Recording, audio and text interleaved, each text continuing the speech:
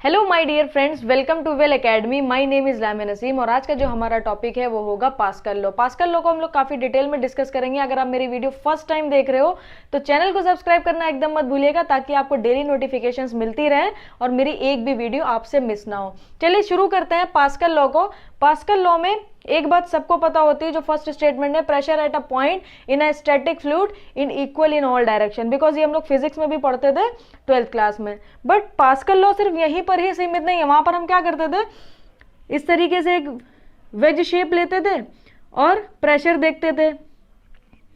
इस तरीके से प्रेशर देखते थे, P X, P Y, P Z, और बोलते थे इस पर्टिकुलर पॉइंट पर, इस पर्टिकुलर वेज पर सारे डायरेक्शन से जो प्रेशर लगेगा, जो फ्लूइड प्रेशर लगाएगा, वो सेम होगा। ओके, ये सबको पता है। तो ये भी एक पॉइंट है पास्कल लॉ में।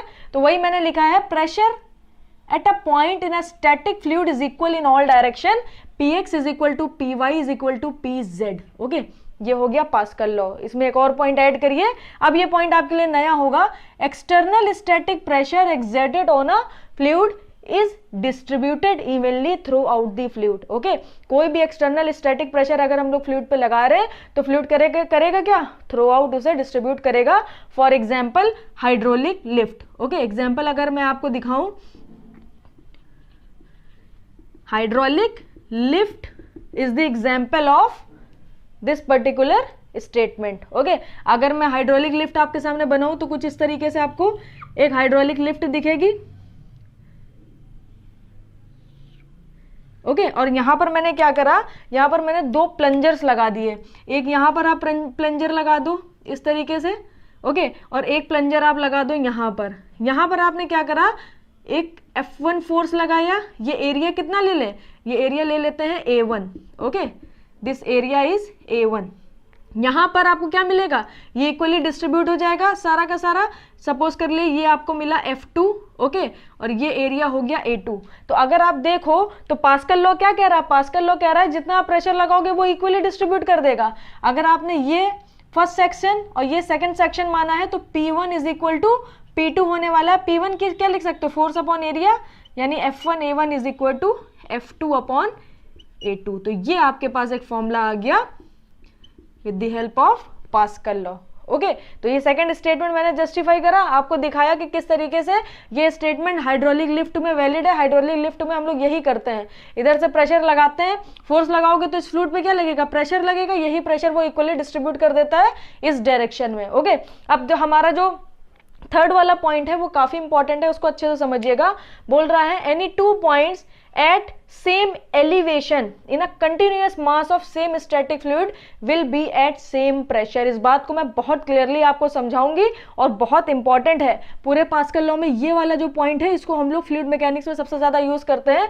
बोल रहा है कोई भी दो पॉइंट एट सेम एलिवेशन, मतलब सेम एलिवेशन पे होंगे इन a continuous mass. Continuous mass का क्या मतलब है, जैसे कि ये दो पॉइंट्स है, अगर मैं यहां पर एक पॉइंट मान लूं, एक हमने रेफरेंस लाइन ले ली, इसी रेफरेंस लाइन में एक पॉइंट आप यहां ले लो और एक पॉइंट आप यहां ले लो। तो बोल रहा है any two point, this point and this point at same elevation, same reference line पे हमने पॉइंट लिए तो same elevation in a continuous mass का मतलब क्या है, इस पॉइंट से आप इस पॉइंट में जा सकते हो कंटिन्यूअस मास है। देखिए वाटर यहाँ पे क्या मतलब वाटर पूरा अवेलेबल है यहाँ पे, इस पॉइंट से इस पॉइंट में आप गए तो वाटर हमारा था यहाँ पर। ओके, इसी को बोलते हैं continuous mass of same static fluid. Same static fluid, क्या फ्लूइड चेंज हुआ यहाँ पर, सेम फ्लूइड था ना, तो यहाँ पर कंटिन्यूअस मास है और सेम स्टैटिक फ्लूइड है, will be at same pressure, यानी ये पॉइंट और ये पॉइंट का जो प्रेशर होगा वो सेम होगा। वही मैंने आपको दिखाया है सेकेंड वाले स्टेटमेंट की हेल्प से। ओके, अब मैं अगर आपको एक छोटा सा और एग्जांपल दूं, यहां पर बनाते हैं पर्टिकुलर डायग्राम।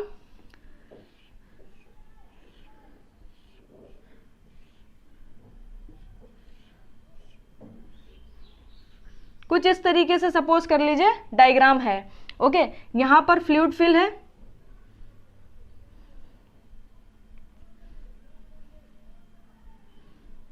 यहां पर सारा हमारा फ्लूइड फिल है। इस तरीके से आप कोई भी हमने डिफरेंट शेप बना दिए हैं यहां पर, और ये हमारा फ्लूइड फिल है यहां पर। अब अगर आप देखो यहां पर मैं इसको बोल देती हूं this is our first point. Okay, फिर इसको बोल दीजिए this is our second point, इसको बोल दीजिए this is our third point, और इसको बोल दीजिए this is our fourth point, और इसको बोल दीजिए this is our six point. अब यहां पर जो मैंने पॉइंट्स लिए देखिए सारे सारे सेम एलिवेशन पे लिए, ये मैंने ये रेफरेंस लाइन ली, यहां तक वाटर फिल है इसमें, और हमने क्या करा सारे पॉइंट्स को कंसीडर कर लिया 1 2 3 4 5।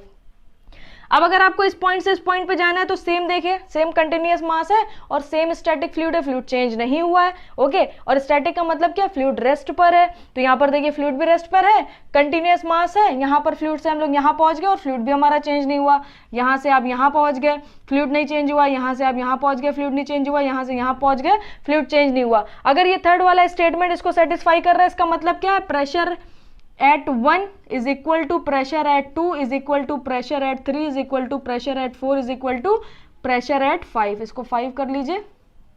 ओके, तो आपको ये बात आई होप क्लियर हो गई होगी कि पास्कल लॉ के तीन इंपॉर्टेंट स्टेटमेंट है। पहला स्टेटमेंट है जो ऑलरेडी हमें पता है कि किसी भी पर्टिकुलर पॉइंट पर जो भी प्रेशर लगेगा वो सारे डायरेक्शन का प्रेशर हमारा सेम होता है, यानी Px is equal to Py is equal to Pz होता है। सेकेंड स्टेटमेंट है अगर आप कोई भी एक्सटर्नल प्रेशर लगाओगे फ्लूइड के ऊपर तो वो फ्लूइड क्या करेगा, इक्वली डिस्ट्रीब्यूट कर देगा, वो फ्लूइड क्या करेगा, उस प्रेशर को इक्वली डिस्ट्रीब्यूट कर देगा। तो लिखा है external static pressure exerted on a fluid is distributed evenly through out the fluid. ये भी मैंने आपको हाइड्रोलिक लिफ्ट का एग्जांपल दिया। जो थर्ड पॉइंट है वो क्या है, any two point at same elevation, first और सेकंड को देखिए, any two point at same elevation in continuous mass. Continuous mass मतलब यहां से यहां जाने में आप उसी फ्लूइड के थ्रू गए, कंटिन्यूअस मास था यहां पर और सेम फ्लूइड था, at same static fluid will be at same pressure. Okay, तो ये हमारा कहलाता है पास्कल लॉ। अब मैं आपको कुछ प्रेशर बताती हूँ, just like absolute pressure, gauge pressure, atmospheric pressure. ये सारे प्रेशर क्या होते हैं, इनको ग्राफ में कैसे प्लॉट करते हैं, सारी चीजें सीखते हैं, उसको देखिएगा ध्यान से। इसके साथ ही साथ हमारा मैकेनिकल का गेट का कोर्स पूरा लॉन्च हो चुका है। अगर आप एनरोल करना चाहते हो तो डिस्क्रिप्शन बॉक्स में आपको डिटेल मिल जाएगी। चलिए अब कुछ प्रेशर्स को डिस्कस करते हैं। सबसे पहला हमारा जो प्रेशर है that is called atmospheric pressure. आपको डेफिनेशन पता होनी चाहिए एटमॉस्फेरिक प्रेशर की, प्रेशर एक्सर्टेड बाय एनवायरमेंटल मास। जो एनवायरमेंट में मास है, जो एयर है, वो जो प्रेशर हम पे लगाती है, जो प्रोडक्ट्स पे लगाती है, हमारी बॉडी पे जो प्रेशर लगता है, वो सारा का सारा प्रेशर कौन सा है, एटमॉस्फेरिक प्रेशर है। ओके, तो यही मैंने लिखा है, pressure exerted by environmental mass और atmosphere is called atmospheric pressure. इसका एक और डेफिनेशन है, उसको भी ध्यान रखिएगा। It is the weight of air above a location per unit surface area. Okay, it is a weight of air above a location per unit surface area. कहना क्या चाह रहा है, pressure is equal to force upon area. Unit क्या होगी, newton per metre square. So it is varies along with location and also with the weather condition. और ये बात सही भी है, हर जगह हम लोग सेम प्रेशर अपनी बॉडी पे फील नहीं करते हैं। जैसे जैसे वेदर चेंज होता जाता है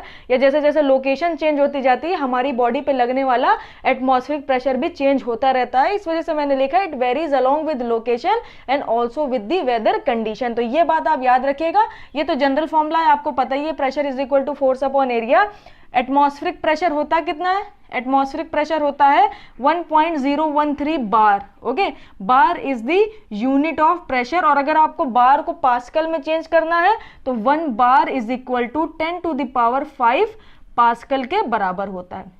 कई बार क्वेश्चंस में बार में प्रेशर की यूनिट दे देता है और आपको आंसर पास्कल में निकालना होता है, पास्कल यूनिट की आपको जरूरत होती है। तो जो भी वैल्यू आपको दी हुई है उसमें 10 टू द पावर 5 का आप मल्टीप्लाई करा दो तो आपको बार की यूनिट जो आपकी है वो पास्कल में चेंज हो जाएगी। ओके, तो ये हमारा ओवरऑल कॉन्सेप्ट हो गया, डेफिनेशन हो गई एटमॉस्फेरिक प्रेशर की। अब डिस्कस करते हैं हम लोग एब्सोल्यूट प्रेशर क्या होता है।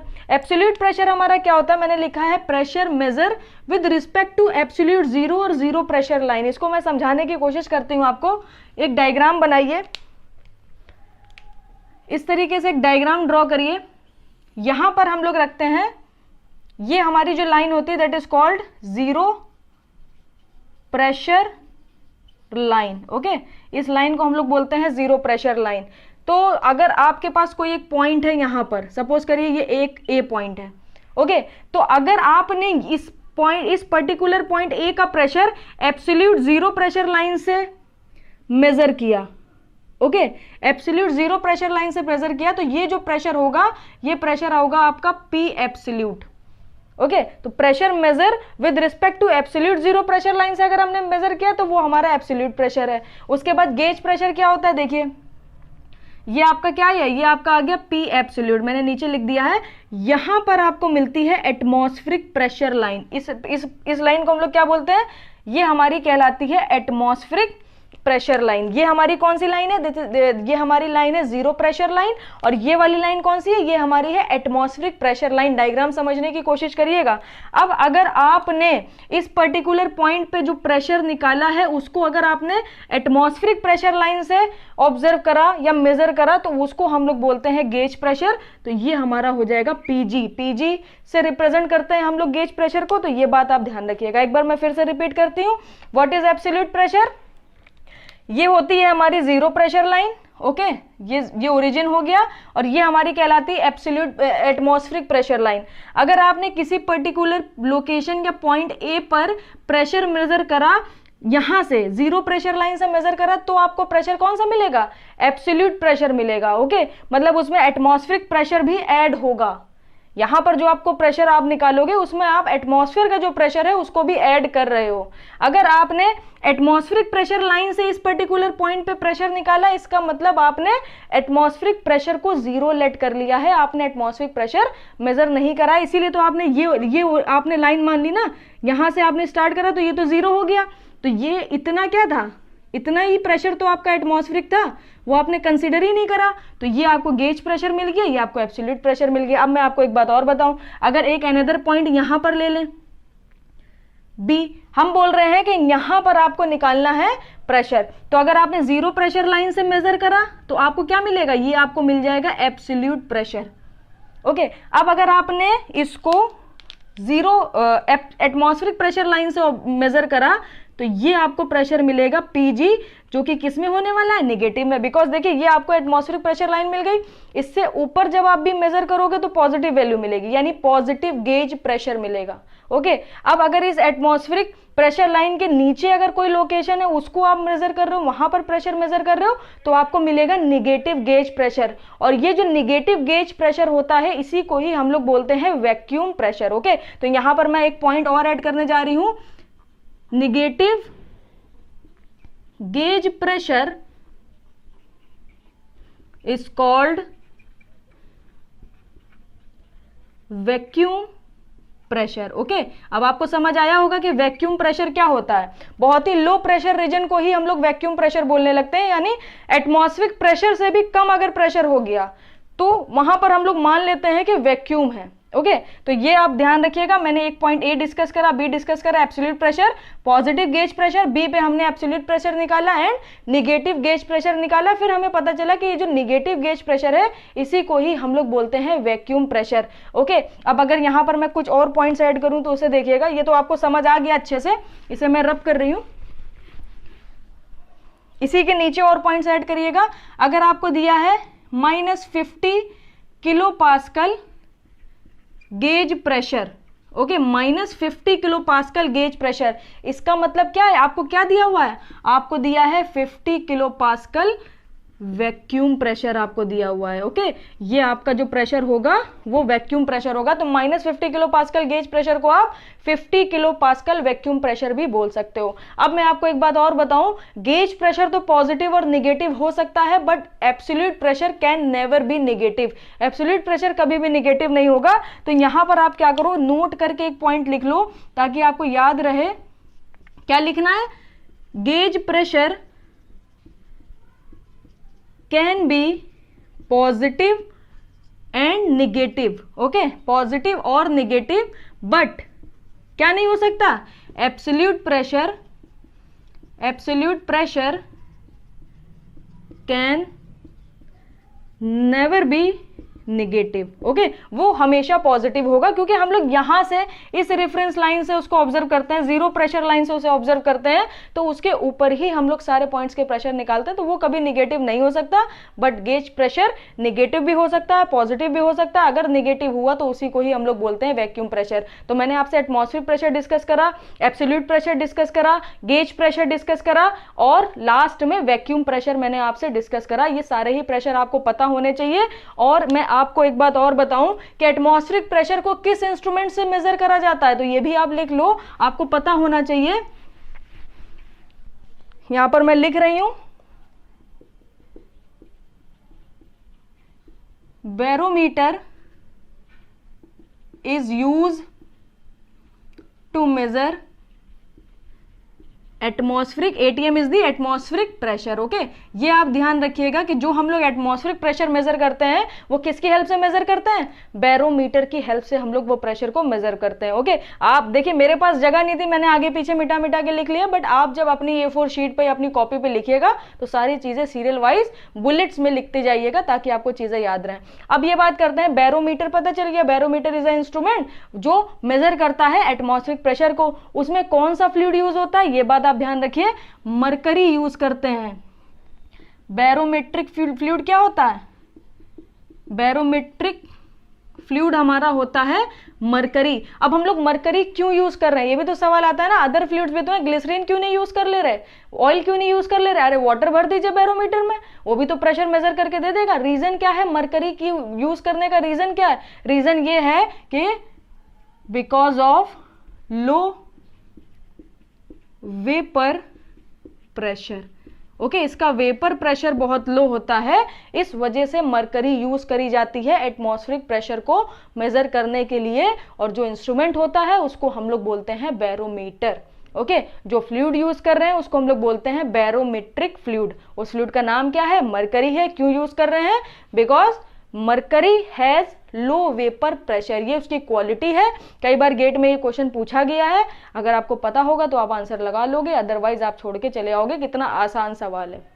तो आई होप आपको पास्कल लॉ अच्छे से क्लियर हुआ होगा एंड सारे के सारे प्रेशर अच्छे से क्लियर हुए होंगे। आज का इस वीडियो में पास्कल लॉ और प्रेशर पढ़ाने का रीजन ही यही है क्योंकि मुझे आपको मैनोमीटर को अच्छे से समझाना है, और अगर मैनोमीटर को आपको समझना है ना तो आपको प्रेशर की अच्छी नॉलेज होनी चाहिए, जिससे आपको मैनोमीटर समझने में कोई भी प्रॉब्लम ना हो। तो आप समझ गए होंगे, नेक्स्ट वीडियो में हम लोग मैनोमीटर्स को डिस्कस करेंगे। जब तक के लिए अच्छे से तैयारी करिए, कोई भी प्रॉब्लम हुई तो कमेंट करके मुझसे पूछिए, अपने डाउट्स क्लियर करिए। मैं मिलूंगी आपसे नेक्स्ट वीडियो में। Thank you so much. इसके साथ ही साथ हमारा मैकेनिकल का गेट का कोर्स पूरा लॉन्च हो चुका है। अगर आप एनरोल करना चाहते हो तो डिस्क्रिप्शन बॉक्स में आपको डिटेल मिल जाएगी।